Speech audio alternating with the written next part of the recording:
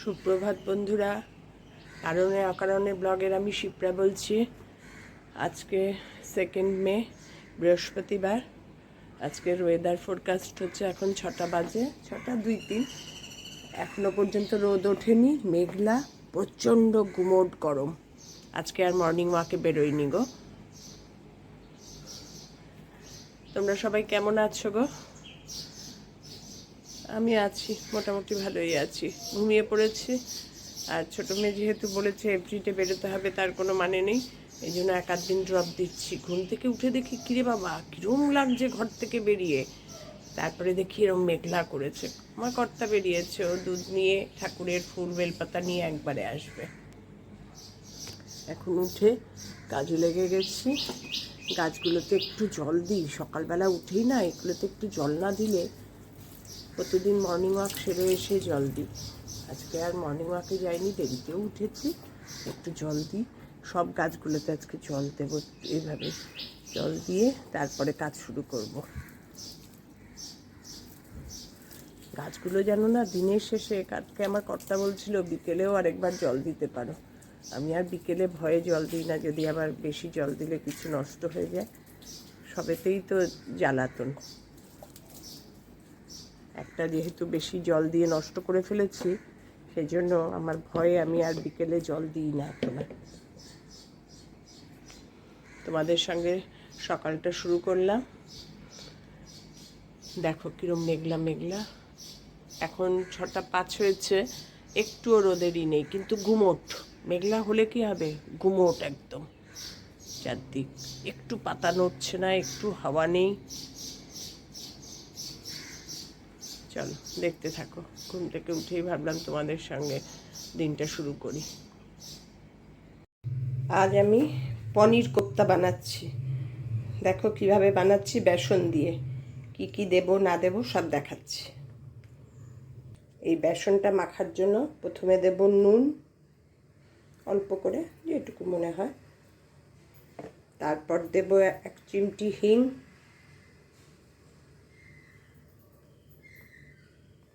তারপরে দেব একটুখানি জোয়ান, দেব রসুন আদা পেস্ট, অল্প একটু, বেশি না।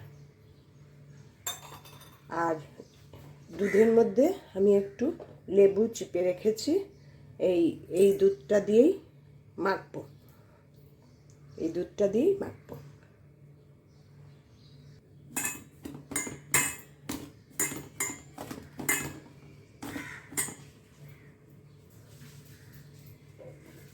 অল্প একটু করে করে নেব।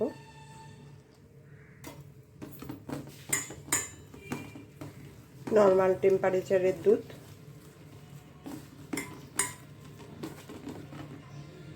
আর কোপ্তা বানানোর জন্য তো প্রথমে বেসনটা ওইভাবে মাখলাম, মেখে সেটিংয়ে রেখে দিয়েছিলাম।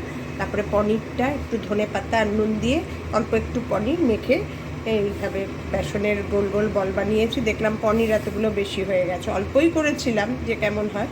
এবার এই বেসনের বলগুলোকে এখানে একটু ভেপারে বসাবো জলের উপর। এটার মধ্যে একটু তেল ব্রাশ করে নিয়েছি। এবার এইগুলোকে দিয়ে দেবো, এই বেসনের বলগুলোকে দিয়ে দেব,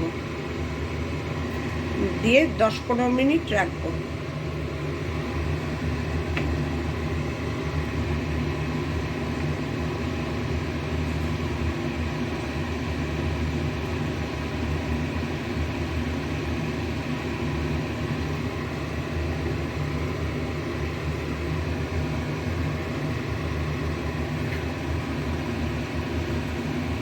একটার গায়ে একটা যেন না লাগে, রেখে ঢেকে রেখে দেবো 10-15 মিনিট। তারপরে নামিয়ে আবার তোমাদের দেখাচ্ছি। এইভাবে ঢেকে রেখে দিলাম। এবার আবার যখন নামাবো, নামিয়ে তোমাদের দেখাচ্ছি। ভেপারে রাখার পর বেসনের বলগুলো দেখো কিরম হয়ে গেছে, একদম খড়খড়া। এবার এগুলোকে তেলে ভাজবো, ভেজে ঝোল যেরম করি করবো। এবার কোপ্তাগুলো সাদা তেলে ভালো ভালো করে লাল লাল করে ভেজে নেব।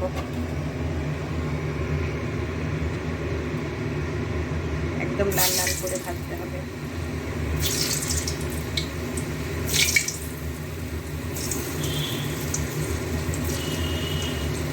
খেতে অসম্ভব ভালো হয় গো। এর জন্য একটু কষ্ট হলেও, মানে কষ্ট কিছু না, তাড়াহুড়ো করতে হয়, অনেকগুলো প্রসেস আছে তো।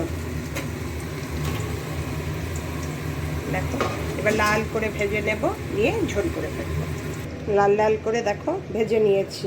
এবার গ্রেভিটা করব। কোপ্তাগুলো যে ভেজে নিয়েছি ওই তেলের মধ্যেই দিয়ে দেবো পেঁয়াজ দিয়ে করব গ্রেভিটা।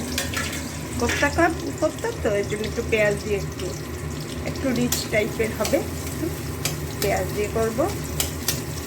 গরম মশলার গুঁড়ো দেবো, আর ফোড়নে গরম মশলা দিলাম না। পেঁয়াজটা একটু ভাজা ভাজা হোক, তারপরে সব মশলা দেবো। পেঁয়াজটা একটু ভাজা ভাজা হয়ে গেছে। এবার এর মধ্যে দিয়ে দেবো সব মশলা। প্রথমে দেবো নুন,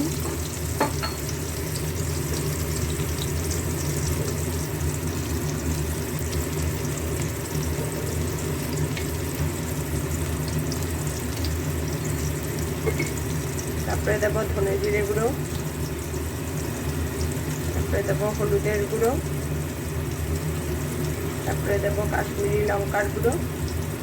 এবার এটাকে একটু হতে দেবো,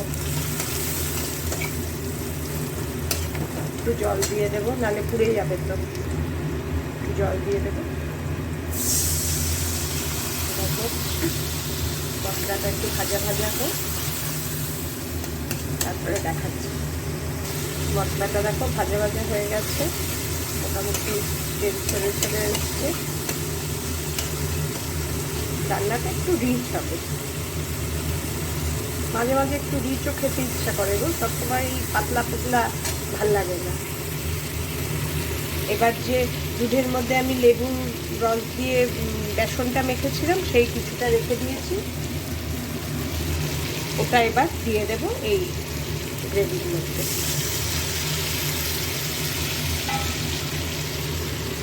এবার এটা ফুটে উঠুক, তারপরে সব কোপ্তাগুলো ছেড়ে দেবো। ঝোলটা ফুটে উঠেছে। এবার এর মধ্যে গ্যাসটা সিম করে কোপ্তাগুলো ছেড়ে দেবো। হয়ে গেল আমার পনির কোপ্তা।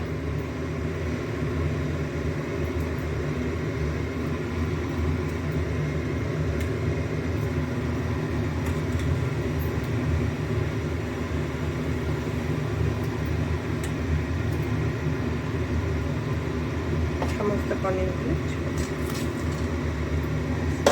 এবার এটা একটু মাখো মাখো ঝোল, খুব একটা ঝোল হবে না। এবার একটা উতলান উঠবে, গ্যাস অফ করে দেবো। এইভাবে তোমরা বানিয়ে খেও পনির কোপ্তা, ভালোই লাগে খেতে। এবার নামাবো যখন ধনেপাতা আর একটু গরম মশলা গুঁড়ো দিয়ে দেবো। গরম মশলা গুঁড়ো দিয়ে দিলাম।